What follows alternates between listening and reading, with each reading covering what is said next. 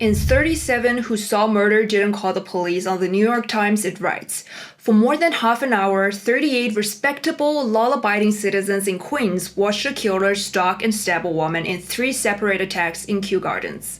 At first glance, it seemed like just another crime story, but soon, this front-page news caught the attention of social psychologists who saw a deeper but disturbing insight into human behavior, later called the bystander effect.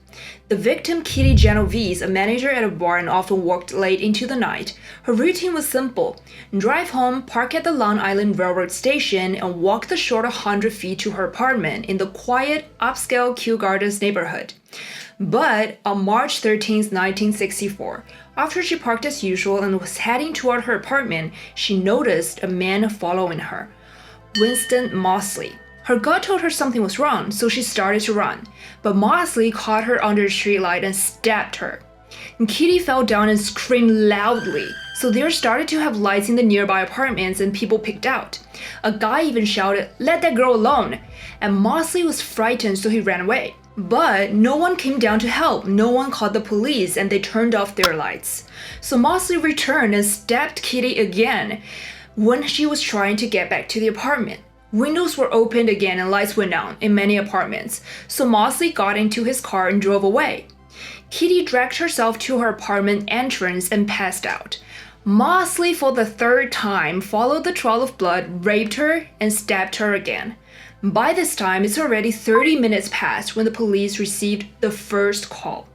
They found Kitty dead, stabbed 13 times. 30 painful minutes where 37 neighbors saw or heard something, but did nothing. Why didn't anyone act? Years later, psychologists conducted experiments to uncover this. Participants sat in a room and researchers let smoke in.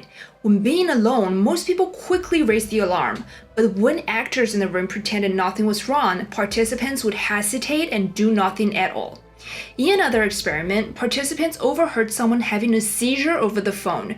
If they believed they were the only witness, 85% sought help, but if others were listening, that number dropped to 31%. So this is called the bystander effect. The more people there are, the less likely we are to act.